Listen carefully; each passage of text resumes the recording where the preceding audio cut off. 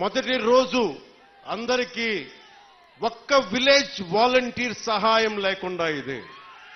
ఒక్క village volunteers లేకపోతే మేము పథకాలు రావని చెప్పారు. మొత్తం ప్రభుత్వ శాఖనే వాడారు, అందరూ గ్రామ సచివాలయాలనే వాడారు. ఒక్కొక్క సచివాలయం నుంచి 10 మంది. మొత్తం తూర్పుగోదావరి జిల్లా, కాకినాడ జిల్లా నుంచి దాదాపు ఉన్న అన్ని సచివాలయం కొన్ని వేలాది మందిని కదిలించి ఒక్క పొద్దున 6 గంటలకు మొదలు పెడితే సాయంత్రం అయిపోయింది, మిగిలిన నెక్స్ట్ డే ఇచ్చేశారు. ఇలాంటి అనుభవం కావాలి. నా దగ్గరే ఉంది, చంద్రబాబు గారి దగ్గర అపారమైన అనుభవం ఉంది. నేను మనుషుల్ని కదపగలను, కలపగలను. అది ఒక అన్యాయం జరిగితే నేను గొంతెత్తి మీ పక్షాన పోరాటం చేయగలను. నేను నేర్చుకుంటాను ఈ రోజున. మొన్న పంచాయతీరాజ్ శాఖ వ్యవస్థ గురించి ఫైల్స్ చదువుతా ఉంటే ఒకటే అనిపించింది. శుభ్రంగా చిన్నప్పుడు డిగ్రీ పోస్ట్ గ్రాడ్యుయేషన్ చేసి చదివే తప్పుండేది కాదు అనుకున్నాను. అన్ని ఫైల్స్ చదువుతున్నాను రోజుకి. ఎప్పుడు నేను అకౌంట్స్ చూడాలి, నా పర్సనల్ అకౌంట్స్, మీ పబ్లిక్ అకౌంట్స్ కోసం నేను చూస్తా ఉన్నాను. మీకు రోడ్లు కానీ మాకు కొద్దిగా సమయం ఇవ్వండి. మీకు సింపుల్గా చెప్తున్నాను, మనకి 54 పంచాయతీలు కదా, మనకి 53 మన పిఠాపురంలోనే 54 పంచాయతీలు. 54 పంచాయతీలకి ఈ రోజున సమస్య నిధులు లేవు. మనకి నిన్న రివ్యూ చేస్తా ఉంటే కాకినాడలో క్రయ విక్రయాలు, భూముల అమ్మకాలు, క్రయం విక్రయాలు ఉంటే మనం స్టాంప్ డ్యూటీ కడతాం. ఒక ఉదాహరణకు 1000 రూపాయలు స్టాంప్ డ్యూటీ కడితే దానికి కనీసం 2% దాంట్లో డబ్బులు మనకు రావాలి, పంచాయతీలకి రావాలి. పంచాయతీలకి డబ్బులు మన స్టేట్కి వెళ్తున్నాయి కానీ అక్కడి నుంచి రావట్లా. అందుకే పంచాయతీలో నిధులు మనకి కులాలకి ఏదైనా కావాలన్నా నిధులు లేవు. ఏ మూల చూసినా నిధుల్ని అడ్డగోలుగా దారి మళ్లించేశారు. ఋషికొండ అనే ఒక ప్యాలెస్ కట్టడానికి 600 కోట్ల రూపాయలు వెచ్చించారు. ఎవరుంటారు అక్కడ?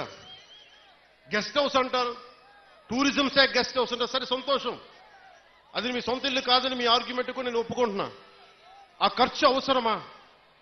అదే ఖర్చు కనుక కనీసం ఒక 25 కోట్లు ఈ రోజున పిఠాపురం కానీ ఏ నియోజకవర్గంకి ఇచ్చినా రోడ్ల సమస్య తీరిపోయేది, నీటి సమస్య తీరిపోయేది. డబ్బుని ఎలా ఖర్చు పెడతాం? మీ ఇష్టారాజ్యంగా ఖర్చు పెట్టేస్తారా డబ్బు? 30 లక్షలతో ఎవడన్నా సరే బాత్టబ్ పెట్టుకుంటాడు, ఎవడన్నా నేనే పెట్టుకున్నాయని. ఇన్ని కోట్లు సంపాదించేవాడు నేనే పెట్టుకోను. మొన్న నా క్యాంప్ ఆఫీస్ తీసుకెళ్లి మీకు చెప్పండి సార్ ఎలా చేయమంటారు ఉన్నతాధికారులు అడిగితే నాకు ఏం వద్దండి, ఒక్క ఫర్నిచర్ మీరు కొనొద్దు, ప్రభుత్వం డబ్బులు వేస్ట్ చేయొద్దు.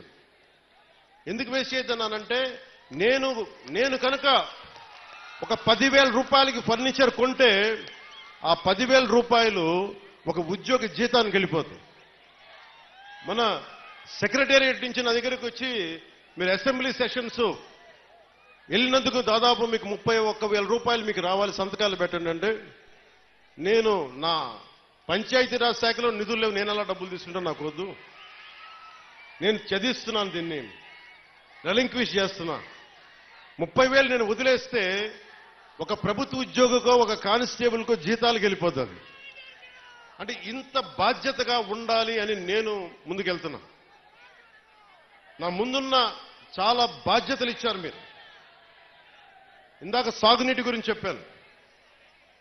చాలాసార్లు వర్మ గారు, కృష్ణరాజు గారు, మన జనసేన నాయకులు అందరూ కూడా నా దృష్టికి తీసుకొచ్చింది ఏలేరు శుద్ధగడ్డ ఆధునీకరణ. ఈ దాదాపు పెద్దాపురం నియోజకవర్గం నుంచి కూడా దీనికి ఫలితం ఉంటుంది. దీనిని ముందుకు తీసుకెళ్లి నాకు కొద్దిగా సమయం కావాలి ఇది హ్యాండిల్ చేయడానికి, దీన్ని ముందుకు తీసుకెళ్ళడానికి. నిన్నే అధికారులతోటి సమీక్షలో మాట్లాడాను. అలాగే పురోహితిక దేవాలయం అమ్మవారిని కేంద్రంగా చేసుకొని పిఠాపురాన్ని ఆధ్యాత్మిక కేంద్రంగా చేసుకొని టెంపుల్ సర్క్యూట్, టెంపుల్ టూరిజంను డెవలప్ చేస్తాను.